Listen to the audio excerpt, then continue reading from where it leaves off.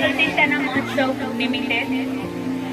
મારી સાથે પધારે ઉનાથી અમારા ઘોડી સેનાના ઉના તાલુકાના પ્રમુખ પ્રવીણભાઈ, મારી સાથે પધારે જિલ્લાના મહામંત્રી બાબુભાઈ તથા ગામના સરપંચ શ્રી રમેશભાઈ અને એમના આમંત્રણને માન આપી આજે જ્યારે આપ સૌના વચ્ચે અહીં આ પવિત્ર કાર્યક્રમમાં આવવાનો અમને મોકો મળ્યો છે એ બદલ હું આપ ગામ સમાજનો ખૂબ ખૂબ આભાર વ્યક્ત કરું છું. અને સાથે સાથે જગદીશગીરી બાપુનો આમાં ખૂબ સી ફાળો છે કે એમણે આજે 20 વર્ષથી આ ગામ માટે અને રામેશ્વર ગામ માટે આજે પ્રાણ પ્રતિષ્ઠા મહોત્સવ માટે રામનાથ મહાદેવ માટે જે મહેનત કરી છે અને આપ સૌને અહીંયા એક સાથે આ મંચ પર સાથે રહીને જે આપણે આ પવિત્ર કાર્યમાં જોડાવાનો અવસર મળ્યો છે એ બદલ બાપુનો પણ આપણે ખૂબ ખૂબ આશીર્વાદ લઈને એમને આ ગામ વતી આપણે એમનો ઋણ સ્વીકારીએ.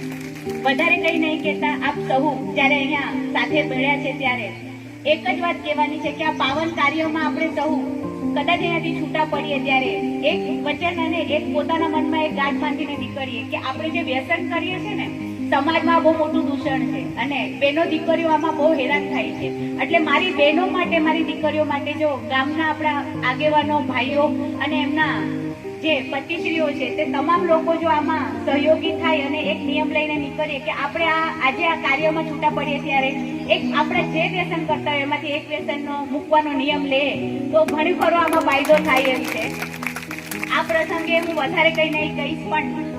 આપ સૌએ મને અહીં બોલાવી, મને એટલી બધી મારી બહેનો દીકરીઓને મળવાનો મોકો મળ્યો, મારી બહેનોને મળવાનો મોકો મળ્યો અને પછી મને ખબર પડી કે આ ગામ તો આખું બામણિયા પરિવારનું છે. તો હું બામણિયા પરિવારમાંથી પણ પુત્રવધુ તરીકે આવું છું અને મારા બાપુજીને પણ આપ સૌ ઓળખો છો, પુરુષોત્તમભાઈ સોલંકી એમના દીકરી છું. સાથે સાથે મારી ઓળખાણ દેવાની જરૂર નથી. આપ સૌને મારી ગમે ત્યારે અડધી રાતે જરૂર પડે આપ સૌ એક હોકારો કરજો. સમાજની એક બેન અને દીકરી તરીકે આપ સૌના વચ્ચે હર હંમેશ ફૂલ ને તો ફૂલની પાકડી રૂપે હું મારા યોગદાન સ્વરૂપે આપના સમક્ષ ઉભી રહીશ. આભાર.